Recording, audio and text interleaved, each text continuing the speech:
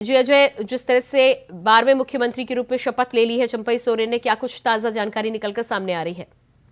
देखिए, तमाम अटकलें झारखंड में थे। लगभग मान पिछले 72 घंटे से अधिक झारखंड में सियासत की रंग हर तरीके समय समय के अनुसार वो बदल रहा था। और ये अब तभी अटकली पर विराम हो गया। अब राज्य के नए मुख्यमंत्री बन गए, चंपई सोरेन बन गए हैं और ये 12वें मंत्री हैं। तो इनके साथ आज राजभवन 12 बजे करीबन मुख्यमंत्री चंपई सोरेन के साथ दो मंत्रियों का, कैबिनेट मंत्रियों का शपथ ग्रहण हुआ है। अब यहाँ से वो कुछ ही देर में वो राजभवन के बाहर निकल चुके हैं और अपने विधायकों के साथ बैठक करेंगे। और ये संभावना ये भी जताई जा रही है कि वो सीधे वो कैबिनेट की बैठक करेंगे, यानी सचिवालय जाएंगे और सचिवालय में कैबिनेट की बैठक करने के बाद आगे की रणनीति तय करेंगे कि अब जो पूरी सरकार स्ट्रक्चर जो बनना है उसकी जो संरचनाएं तैयार होनी है, इस पर पूरी तरीके से मंथन होगा। जी बिल्कुल अजय। अजय, इसके अलावा तमाम विधायकों की यदि बात की जाए तो जानकारी आप दे रहे हैं कि विधायकों के साथ बैठक होगी। इसके अलावा खबरें ये भी निकलकर सामने आ रही है कि हैदराबाद शिफ्ट किए गए हैं गठबंधन के विधायक। जी बिल्कुल, ये चूंकि किसी भी सरकार बनने के लिए कम से कम 3 का शपथ ग्रहण जरूरी होता है, 3 कैबिनेट होना जरूरी है। उन्होंने अपनी प्रारंभिक प्रक्रिया पूरा कर ली है। अब अगले वो कदम है उनका है कि कैबिनेट की बैठक वो करेंगे और करने के बाद आगे विधायकों के साथ बैठक भी करेंगे। अब इन सारे विधायकों को हैदराबाद ले जाना है, वहीं सारी मंथन होगा कि अब नए कांग्रेस के कोटे से या राजद के कोटे से या फिर जेएमयू के कोटे से कौन मंत्री पद होंगे, कौन सा फेरबदल होगा, कई नए चेहरे आएंगे। इन तमाम चीजों पर भी चीजें की चर्चाएं होगी। अब ये देखना होगा कि अब अगला कदम जो नए मुख्यमंत्री हैं वो नेतृत्व किस प्रकार तरीके से उनका नेतृत्व होता है कि वो विवाद ना हो। इन तमाम चीजों को देखते हुए भी एक ख्याल रखते हुए आगे की रणनीति तय की जाएगी। क्योंकि देखिए, झारखंड में हमेशा ये विवादों का रहा है, कुर्सी की लड़ाई रही है और हमेशा अस्थिरता रही है झारखंड में। आपके पिछले 12वें मंत्री हैं, मतलब समझिए कि झारखंड राज्य के 20 साल से अधिक हो गए हैं, लेकिन 12 से अधिक मंत्री को चुनना पड़ा है। ये इसी अस्थिरता के कारण झारखंड हमेशा राज्य की अस्थिरता से झेलता रहा है। ऐसे में वो हेमंत सोरेन की जो नेतृत्व है, अब ये जो जेएमएम और कांग्रेस जो विश्वास किस प्रकार से खड़े हो उतर पाते हैं, ये अब देखने वाली बात होगी। जी बिल्कुल, जिस तरह से आपने जानकारी दी, 23 साल में 12वें मुख्यमंत्री के रूप में, यानी कि 12 बार सरकारों का गठन और टूटन हुआ है। जिस तरह से आशंका लगातार जताई जा रही है और सुरक्षा को लेकर तमाम जो विधायक हैं वहां गठबंधन के, जिनको लेकर हैदराबाद शिफ्ट करने की खबरें आ रही हैं, सुरक्षा व्यवस्था को लेकर क्या कुछ इंतजाम है और कब तक फ्लोर टेस्ट देकर बहुमत साबित करना होगा सरकार को?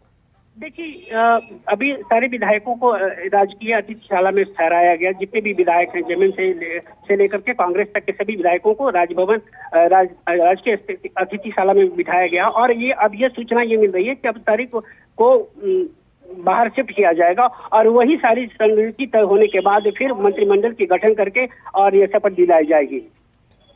जी बिल्कुल, मंत्रिमंडल का गठन करके शपथ दिलाई जाएगी। तमाम विधायकों की जो बात की जा रही है, सुरक्षा को लेकर क्या इंतजाम है, किस तरह से कड़ी निगरानी रखी जा रही है और पार्टी अपनी तरफ से क्या कुछ कोशिश कर रही है कि तमाम विधायक उनके साथ ही रहें और कहीं कोई खबर ऐसी निकलकर सामने ना आए कि विधायकों का समर्थन प्राप्त नहीं हुआ?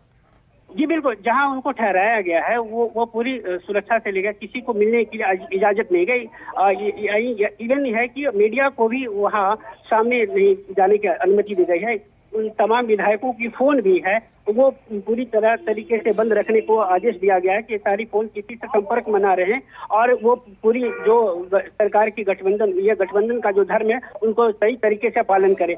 यानी उनको अब जो चीजें तस्वीरें बदलने की, अब ये जल्दी से ये चाह रहे हैं कि 5 तारीख का जो तारीख होगा, यानी 3 दिन बाद होना है। 3 दिन के बाद वो अपनी फ्लोर टेस्ट यानी राजभवन के सामने वो पूर्ण बहुमत सिद्ध करने के लिए समक्ष होंगे। अब ये देखना होगा कि इन तमाम चीजों के जो 3 दिन का जो समय बचा हुआ है, वो 3 दिन में वो किस तरीके से सारे विधायकों को वो किस प्रकार से मैनेज करेंगे, किस प्रकार से उनको मनाने की कोशिश करेंगे, ये देखने वाली बात होगी। जी बिल्कुल, 2 मंत्री आलमगीर आलम और भोक्ता के अलावा और किनके नाम सामने आ सकते हैं जो चंपई सोरेन मंत्रिमंडल में शामिल हो सकते हैं?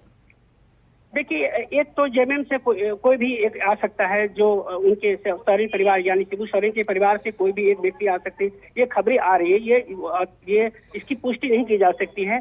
क्योंकि डिप्टी सीएम की जो बात चर्चा चल रही थी, ये डिप्टी सीएम होना का भी आज शपथ ग्रहण होना था, लेकिन चूंकि अंतर्कलह वाली बात सामने आई और ये आनन फानन में ये चीजों को बदलना पड़ा। और फिलहाल ही अब जो गठबंधन धर्म से जो निभा रहे, जो गठबंधन के पार्टी के जो विधायक है, उनको ही अभी शपथ ग्रहण करने की इजाजत दी गई है, उन्हीं से पर ही सहमति बनी है। अब ये पूरी चीजें बैठने के बाद ही आगे की प्रक्रिया तय की जाएगी। जी बिल्कुल, तो इस पूरे मामले में जिस तरह से जानकारी निकलकर सामने आ रही थी, खबरें बसंत सोरेन और सीता सोरेन को लेकर भी सामने आ रही थी कि कहीं ना कहीं शिबू सोरेन के पसंदीदा हैं, तो क्या मंत्रिमंडल में दोनों में से किसी को जगह मिल सकती है? देखिए, अब ये चीजें सुबह की ये घटना है कि जब वो CM deputy CM Basant Soren की जब बात आई, तो वो सीता सोरेन जो जमा की विधायक हैं, उनकी पुत्री शिबू सोरेन से, यानी उनके अपने दादाजी से ये गुहार लगाने गए कि मेरी माँ बड़ी है, इस घर की सबसे बड़ी बहू है और इनको हक मिलना चाहिए। अगर डिप्टी सीएम की बात होती है या मंत्रिमंडल में अगर कोई बात बनती है, तो ये हमारी माँ को सबसे पहला स्थान दिया जाए, क्योंकि लगातार वो जमा से 3 बार विधायक बन चुकी हैं और लगातार जीती हैं और वो अपने क्षेत्र की मजबूत पकड़ रखती हैं। ऐसे में वो चाहती हैं कि हमारी माँ का भी सम्मान हो, क्योंकि उनके पति दुर्गा सोरेन का काफी झारखंड संघर्ष में उनका लंबा करियर रहा है, संघर्ष की राजनीति रही है। ऐसे में उनका मांगना जायज है उनकी पुत्रियों का। जी बिल्कुल, तो अजय, जिस तरह से आप जानकारी दे रहे हैं, पारिवारिक रूप में भी कई दावेदार सामने आए थे, क्या चंपई सोरेन को मौका देने के पीछे यही कारण रहा है? बस इसी कारण की, ताकि चूंकि देखिए जेएमए में भी कई लोग हैं जो इनसे सीनियर हैं, जैसे वो स्टीफन मरांडी हैं जो उनके सीनियर लीडर्स हैं, नलिन सोरेन है सीनियर लीडर हैं, लोबिन हेम्ब्रम सीनियर लीडर्स हैं।